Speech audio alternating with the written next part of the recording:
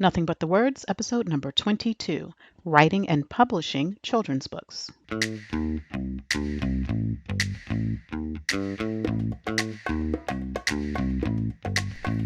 Welcome to Nothing But the Words, the podcast that gives you everything you need to know to write a phenomenal book. Now here's your host, your author coach, Candace L. Davis. Hey there, and welcome to Nothing But the Words. I'm your author coach, Candace L. Davis. And today, in a special episode, I'm actually having my first podcast guest interview. I'm going to be interviewing throughout the following episodes a few of my clients, but I decided today to start with a client who has written children's books. That's not an area in which I have a lot of experience, so I figured it would be better for you to hear from someone who is creating success for her business through children's books. So today we have the author of the Mindfulness Room, Amanda Lynch. Amanda is an education consultant specializing in self-care, mindfulness-based trauma-informed practices, and restorative justice. She's a licensed teacher and has worked in public education for nearly 20 years. Currently, Amanda provides professional development workshops throughout the country for educators, students, and their families on the impact of adverse childhood experiences on student and family engagement and on learner cognition. So it sounds like a nerd, right? She is. She's also my baby sister. Amanda loves introducing communities of color to mindfulness practices, meditation, yoga, and sound healing therapy. She's also the founder of Rethinking Resiliency, LLC. Hey, Amanda. Hey, Candace. How are you? I'm good. And as I told you, I need you to project. Because you're the baby sister doesn't mean you get to have the baby voice. I'll try not to use my meditation voice for this interview. Yeah, this is not a meditation session. I need you to reach down deep and project. So tell us about the Mindfulness Room, your first children's book. I have a copy right here. Yay! Tell us about it. Why did you write that? And what's it about? So the Mindfulness Room is about a young girl named My Angel who experiences the loss of her father. And as a result, her mom and family just become engulfed in depression. And so one day at school, her teacher introduces her to a mindfulness teacher, and she starts the process of meditating, doing yoga, really just doing some self-care with her little sister at school and with the teacher. It evolves into her mom also doing these strategies at home with her, and her mom also working with the teacher to improve and build upon the resilience of their family. So what made you want to write a book about a child who suffers the loss of a parent? Well, I worked as a public school teacher and in public education for almost 20 years, and many of my students and their families have been impacted by domestic and or community violence. And so My Angel is really just the embodiment of a lot of my students. It's almost like a love letter to my time in the classroom. And so in helping my students work through a variety of losses and traumas, we would frequently do meditation or various mindfulness activities in the classroom. And I just thought that more people in our community especially would benefit from learning some of these practices. So can they learn the practices directly from the Mindfulness Room? Absolutely. So in the back of the book, initially the book started off as a guide for teachers on how to teach their students to be more mindful. But I thought that it would be very powerful to include a strategies guide at the end. So there's an ABC section at the end. There are 26 strategies listed in the back with different types of breathing techniques, some yoga, things that you could do at home with yourself and with your family. And so it's really, something that you, even if you don't have a mindful practice, could pick right up to start to develop one. Oh, that's fantastic. So why did you name the main character My Angel? It's a very unusual name. Most of us would not be familiar with it. Why did you pick that name? I'm asking questions I know the answers to. So there were two main reasons. My best friend, her name was Angel Jackson, and she was killed 14 years ago. And so My Angel absolutely derived her name from Angel's name. But I've also had just many students with that name. I've always thought it was just very unique. And I thought it just fit the character as I worked through developing her characteristics and her personality with my editor. Who was your editor? Oh, the lovely Candace L. Davis. also known as my sister. Yeah, we're ridiculous. So, okay, so my angel is sort of representative of some of your students, but did you draw inspiration for her from anyone else? Oh, absolutely. I also have four children. I have a 3-year-old daughter, 6-year-old daughter, and 14-year-old daughter who have very big, larger than life personalities. And so sometimes we have to use these strategies at home to rein our energy in. And so we don't flip our lids because we talk about that in the book as well. It's a little bit of brain science in there as well. And these are things that I do with my own girls. And so if you look at my girls, it's very funny that the illustrator, when she sent samples to me of what her vision was, had never seen my daughters. And the main character and her sister look just like my 6 and 3-year-old. So absolutely, they also were modeled after the girl. That's really cool. So you mentioned your illustrator, and I want to talk a little bit about how you worked with her. But before we do, I also want to mention that you wrote your second book, Breathe, Baby, Breathe, as a board book. It's Hmm. appropriate for younger children who maybe aren't ready for regular paper books yet. What made you decide to do that? I have a 3-year-old who doesn't always understand that books are our friends. And so sometimes Rosebud will turn books into her own coloring book, or I will find pages of books where they should not be. And so I wanted to have a book where I could hand it directly to Rosie and she could interact with that with or without me or with her sister or brother. And so that was one of the reasons why I wanted to do a board book. But I also, the strategies are the same in that book as well. Wanted to have something for younger kids who may not have the attention span or self-regulation skills to sit for a story like the Mindfulness Room, or for parents who really aren't ready to introduce a trauma from a character's perspective to their kids. The Mindfulness Room, can be a little heavy, and so I wanted to have something that was still a fun read, but geared for a younger audience as well. So, what made you decide to go the self-publishing route as opposed to waiting to go through the process with a traditional publisher?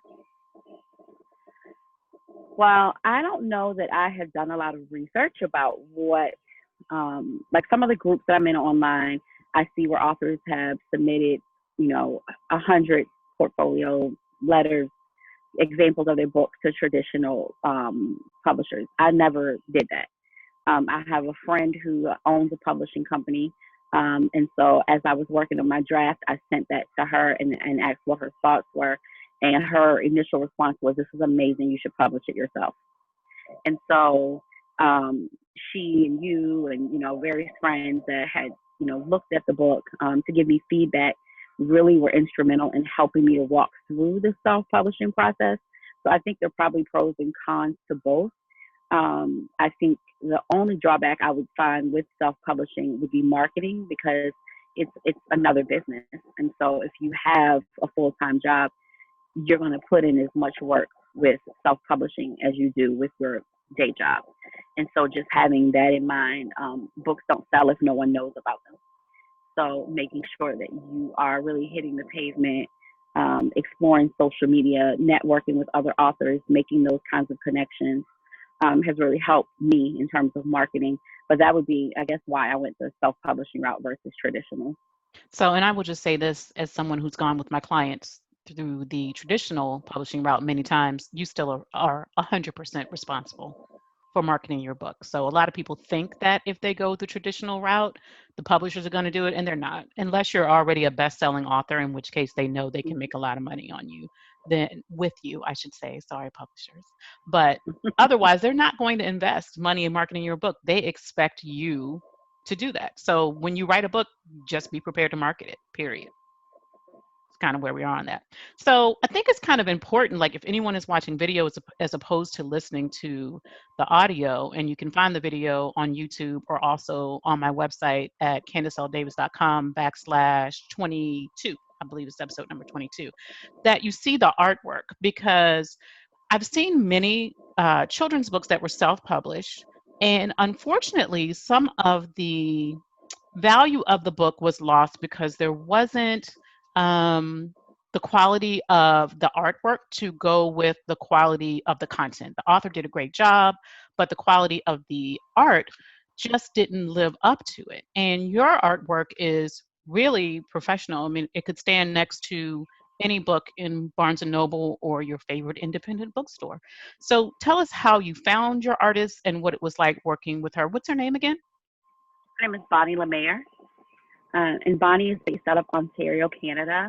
I went on Upwork and put up a proposal. I had several artists submit samples of what they thought my angel might look like. I gave them a very general description of what I was looking for. And so that allowed me very quickly to narrow down um, who I thought would work best with me.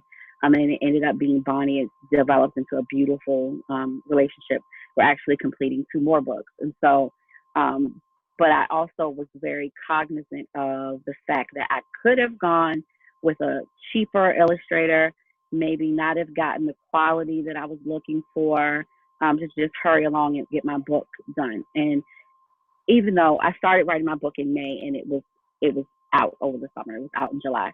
Bonnie worked very quickly. We had a very easy understanding of what my timeline looked like. She's won a multitude of awards.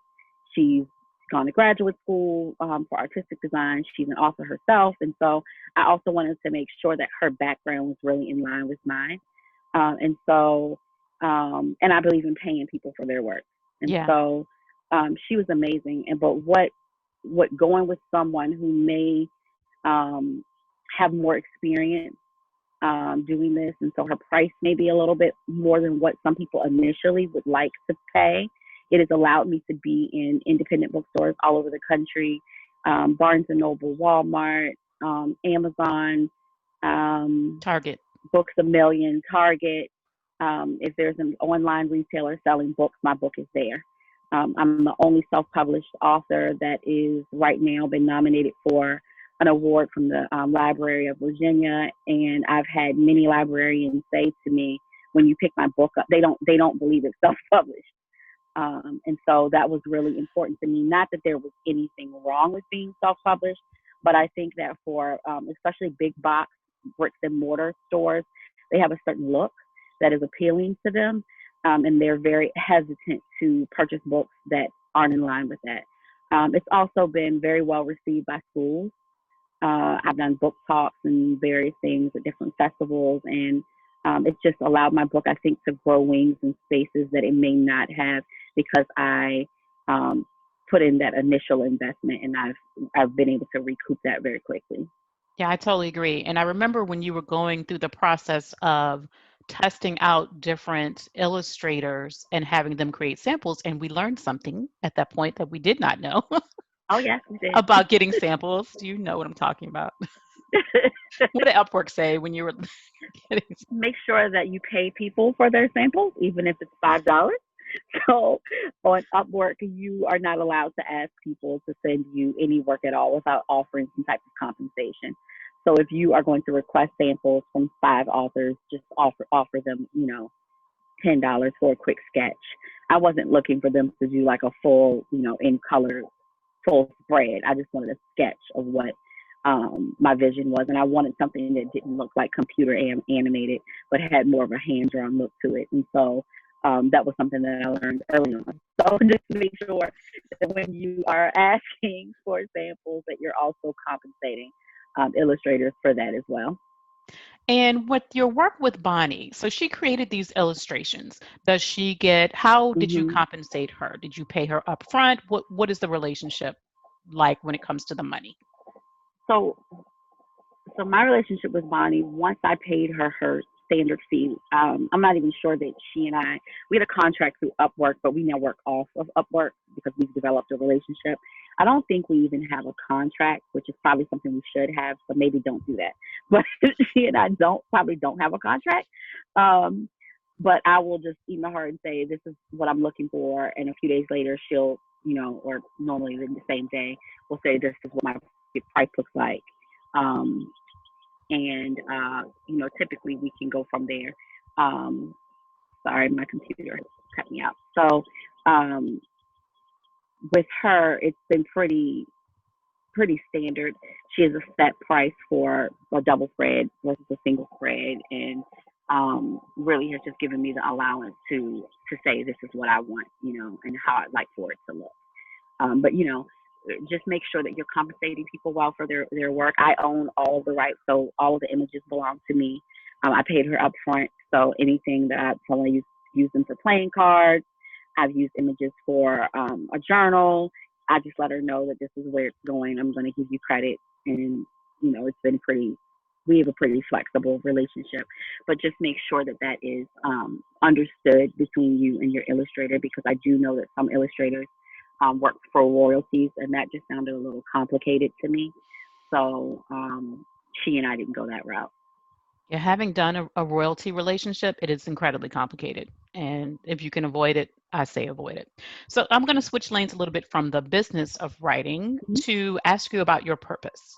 What do you consider your purpose to be, and how has writing children's books allowed you to walk in your purpose? So I feel like my purpose is to serve communities that are often marginalized.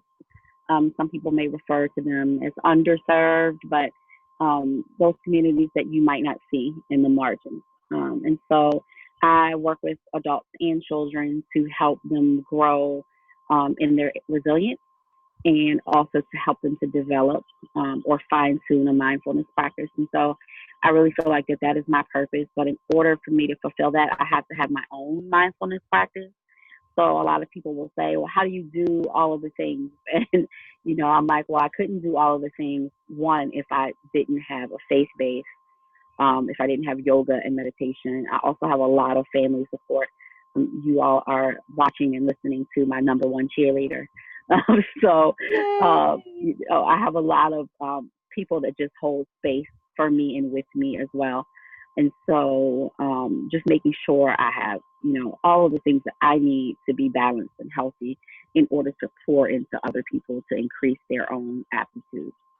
Great. So, right around the time that you released the Mindfulness Room, you also launched your education consultancy. Mm-hmm. And how have the books helped you to launch and grow your business? So I was working in the public school system, and I just started to really feel like the job that I had, which was to observe and examine student behavior, to write behavior plans and make suggestions to teachers about how to curtail student behavior. Really wasn't getting to the root cause of the behavior. It also was not really helping teachers to develop their own cultural competency. And so I decided to just branch out on my own to be able to offer these workshops throughout the United States on Zoom and also in person. And so being able to have a book also increased my expertise. Because I have done a lot of inner work and self-education, working with Dr. Anda, who is one of the co-principal founders of the Adverse Childhood Study, just various like names that you would know if you worked in education. It also allowed me to get a lot of book reviews from these people. And so being able to say, okay, I have a book review from Dr. Katie C. Tillman, or I have a book review from, the principal of, this school, opened certain doors for me and allowed me to, I think, I'm able to sell my book in mass quantity to school divisions and to staff. And so I think it just really has enhanced what I was already doing, but just made it maybe more of an expert or a better expert walking in the door. So, what piece of advice would you give to someone who does have a business, whether it's in education or a similar Mm-hmm. field, and they think that writing a children's book might be a good asset to add to their platform and also help them to reach a new audience, but they have no idea where to start with a children's book? What piece of advice would you give them? One, I would say to brainstorm, like, who is your audience? So who are you writing to? Who are you writing for? So are you writing a children's book for kids, one for parents to share with their kids, one that can be used in the classroom? Like, what is your area of focus? And so maybe to brainstorm that with like your circle of trust. Then two, once you've sort of formulated who your audience is, what your topic is, to just start writing and go from there. Um, Buy children's books, go to the library, see what books look like. I've learned a lot after releasing my first book that I probably should have known before. And I think that Candace was probably telling me to do something. I was saying I don't have time to go and count pages of these children's books. But, they're like a certain page number for different age groups. And so like researching those kinds of things. And so doing that back end work, also really examining your finances and determining what you can afford. I took on a special project at work last year, and all of the money from that project went to publishing my book. So it didn't take away from, my normal income. And so really being able to examine like what you can afford to do, and maybe wait if you can't get that that illustrator that you really want to work with. So maybe you could wait 3 or 4 months. Yeah. And so, just sort of doing like that back end of research, joining different groups on social media that are geared towards children's authors. There are many, many groups that I belong to that are geared towards indie authors, authors who write books for children of color. So really networking in those circles as well, because that's a whole nother support system. And I've also been able to like sell my books through partnering with other people, and we selling them as packages. And so, those are some things that I would, off the top of my head, suggest. So one of the things you were really hard-headed about when we were at the beginning process of developing one of the things. Yeah, the only one I'm going to share today. I'm not going to share all of them. One of the things you were really hard-headed about was, I said, we have to know from the beginning what my angel wants, and we have to see her work for it and get it. And you were like, no, we don't. What does she want? I mean, you were not the easiest client. I was the easiest client. You were not the easiest client. But at any rate, once you locked down what my angel wanted, it seemed like the rest of the story really fell into place and solidified really quickly. And so we got a sense from what she wanted at the beginning of the book. She really wanted to see her mother smile again, because since her father had passed away, she hadn't seen her mother smile again. And so we see her use the mindfulness tools that her teacher is giving her to help her mother get to the place where she can smile again. And at the same time, my angel is being transformed and her grief is being transformed. So having that goal for your character, in my very humble opinion,